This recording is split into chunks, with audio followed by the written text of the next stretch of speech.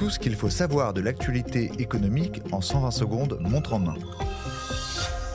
S'offrir un appartement dans le village olympique n'est pas donné. Sur les 2800 logements que compte le village des athlètes, 700 seront mis en vente aux particuliers. Les premiers habitants sont attendus fin 2025, voire début 2026. Mais les tarifs ne sont pas à la portée de toutes les bourses. Le promoteur ICAD met en vente des appartements à 6 900 € le mètre carré en moyenne. Des prix assez similaires à ceux proposés par Vinci Immobilier.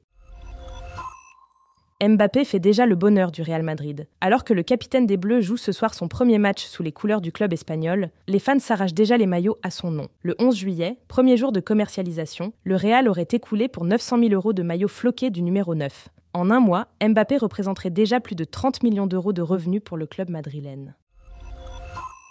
Pas de tractation politique pendant la trêve olympique, avait prévenu Emmanuel Macron. Alors que les JO de Paris ont pris fin, les discussions autour de la nomination du futur Premier ministre reprennent. Les différents partis tentent de convaincre les parlementaires de leurs intentions, à l'instar du courrier de Gabriel Attal adressé au chef des partis de l'Assemblée nationale. Le locataire de Matignon appelle à trouver une nouvelle voie et à dépasser les clivages habituels.